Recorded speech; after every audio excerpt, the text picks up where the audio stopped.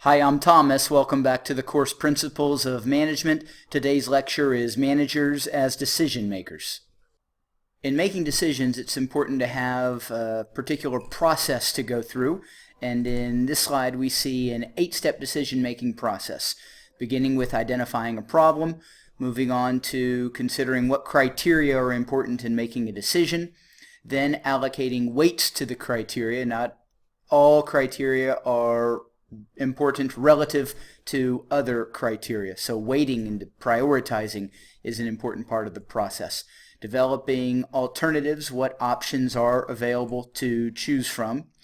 Analyzing those alternatives is considering the criteria on a weighted basis that each of the alternatives offers, and deciding or selecting an alternative based on which alternative provides the most benefit in light of those various criteria, implementing the alternative, the decision, and then after some time evaluating the effectiveness of that decision. This is the 8-step decision-making process. In the decision-making role, the manager can be on one of two ends of the information spectrum.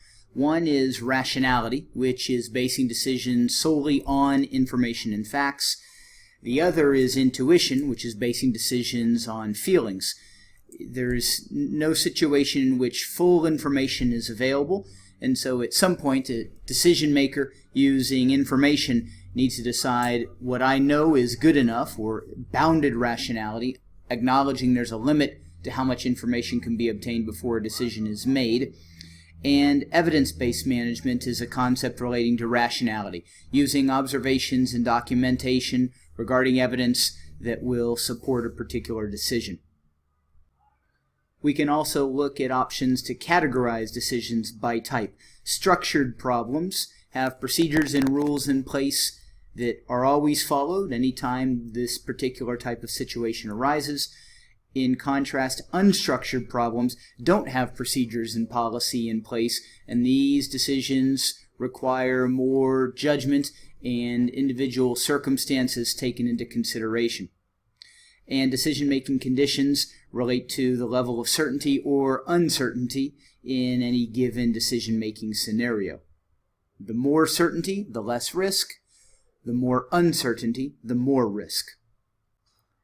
Decision-making styles on the part of decision makers include linear versus non-linear thinking.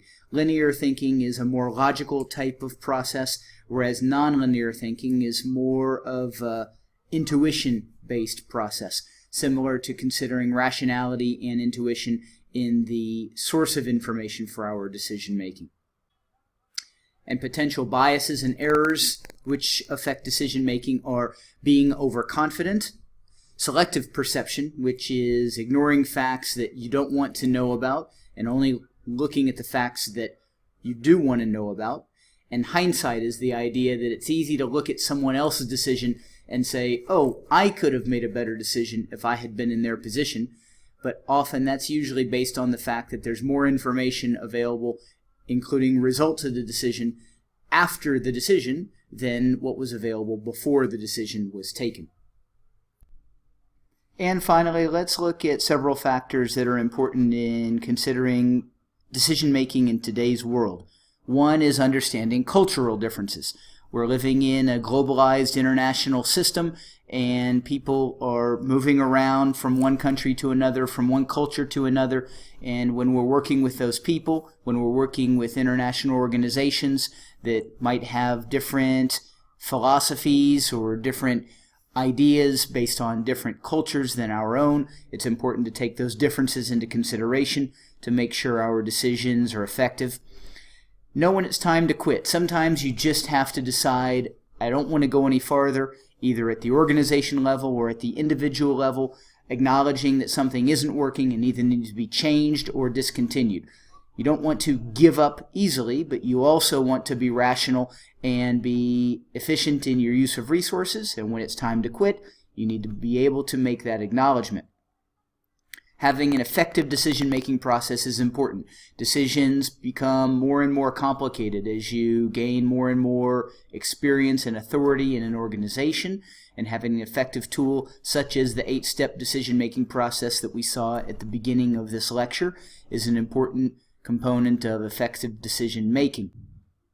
And finally, an important skill in effective decision-making is being able to spot changes, being able to spot the unexpected, and being able to adapt quickly. In today's world, technology, globalization create situations in which change happens more and more quickly. And a successful manager needs to be ready for that change and be ready to adjust and adapt to that change and make decisions quickly and effectively to succeed in leading an organization. This concludes our lecture. This concludes our lecture on managers as decision makers. Be sure to be present for our lecture when we work through our case study to apply these concepts in a real-world setting, and I look forward to seeing you then.